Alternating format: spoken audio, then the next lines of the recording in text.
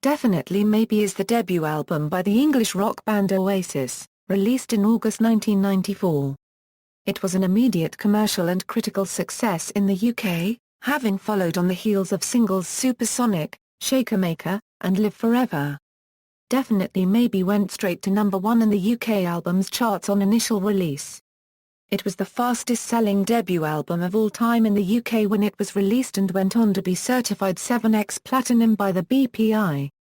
Definitely Maybe marked the beginning of Oasis' success in America, selling over 1 million copies there, despite only peaking at 58 on the Billboard 200. The album went on to sell over 8 million copies worldwide and brought widespread critical acclaim.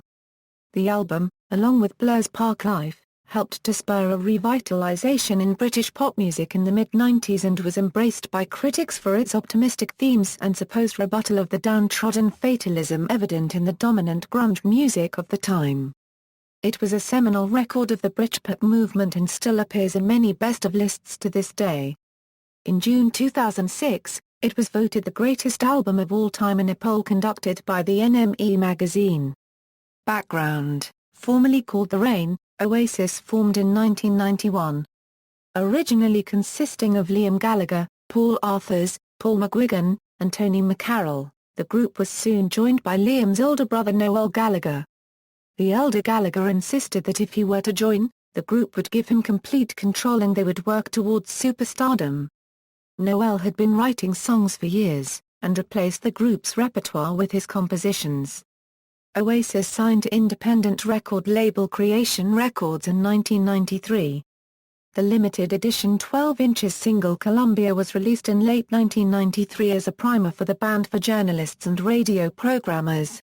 Unexpectedly, BBC Radio 1 picked up the single and played it 19 times in the fortnight after its release, surprising for a record not available in stores. The band's first commercial single Supersonic was released on April 11, 1994. The following week it debuted at number 31 on the British Singles Chart. The single was followed by Shakermaker in June 1994, which debuted at number 11 and earned the group an appearance on Top of the Pops. Recording: Oasis booked Munno Valley Studio, near Monmouth, at the start of 1994 to record their debut album. Their producer was Dave Batchelor, who Noel Gallagher knew from his days working as a roadie for the Inspiral Carpets. The sessions were unsatisfactory. "It wasn't happening," Arthurs recalled. "He was the wrong person for the job. We'd play in this great big room, buzzing to be in the studio, playing like we always played. He'd say, 'Come in and have a listen.' And we'd be like, 'That doesn't sound like it sounded in that room. What's that?' It was thin. Weak. Too clean."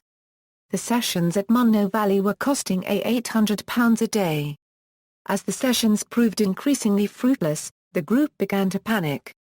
Arthurs said, "Noel was frantically on the phone to the management, going, 'This ain't working.' For it not to be happening was a bit frightening." Batchelor was let go, and Gallagher tried to make use of the music already recorded by taking the tapes to a number of London studios.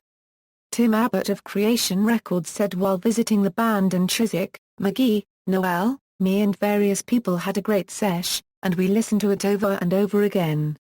And all I could think was, it ain't got the attack." There was no immediacy. In February the group returned from an ill-fated trip to Amsterdam and set about re-recording the album at Sawmill Studio in Cornwall. This time the sessions were produced by Noel Gallagher and Mark Coyle.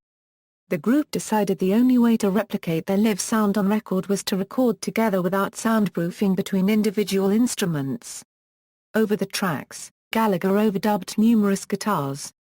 Arthurs said, "That was Noel's favorite trick, get the drums, bass and rhythm guitar down, and then he'd cane it.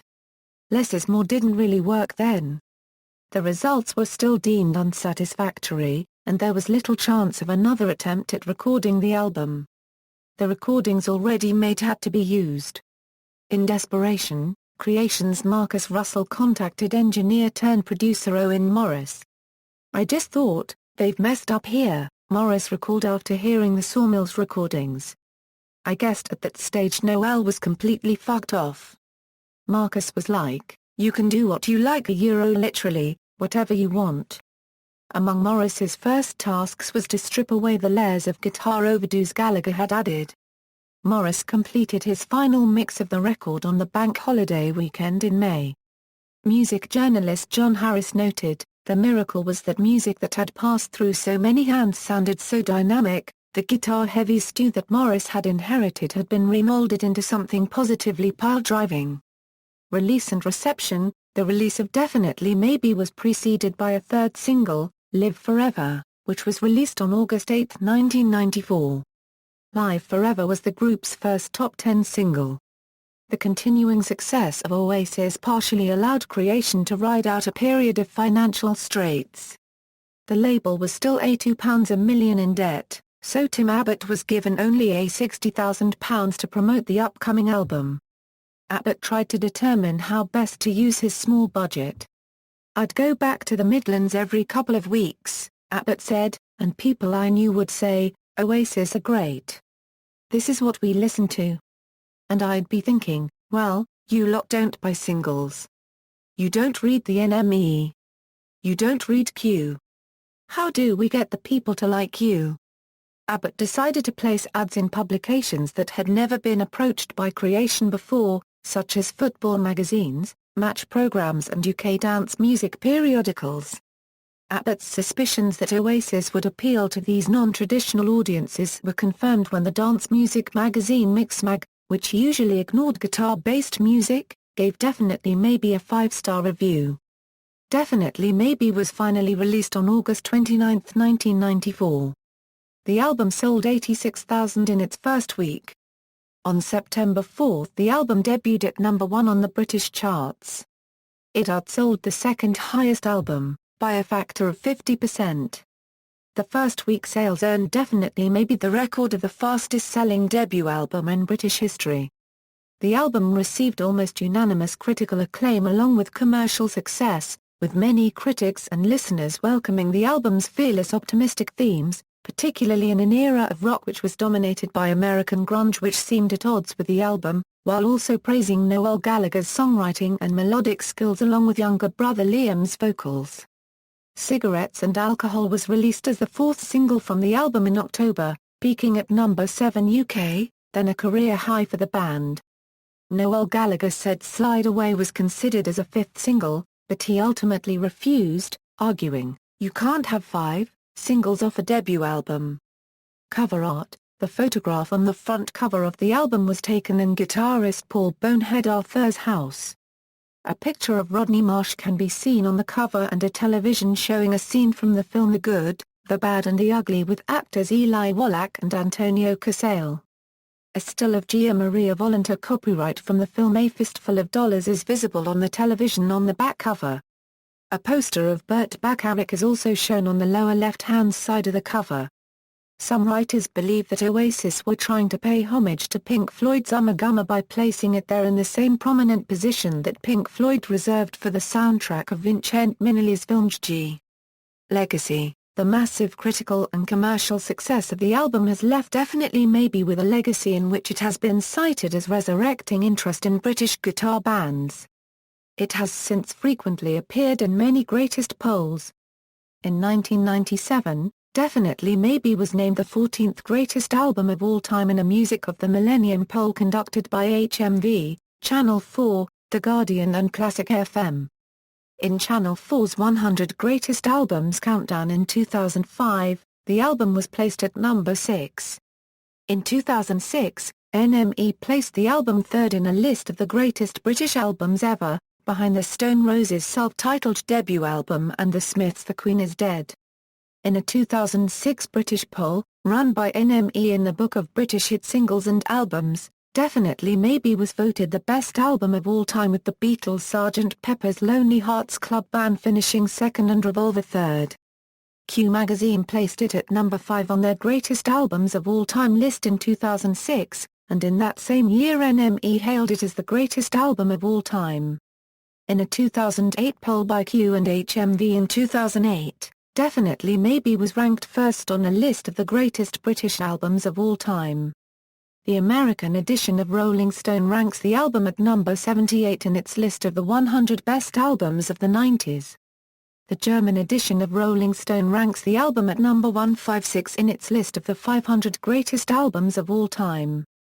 On acclaimedmusic.net, a website which calculates the most favorably reviewed songs and albums, Definitely Maybe was listed as the 14th most critically acclaimed album of the 90s, as well as the 105th most critically acclaimed album of all time.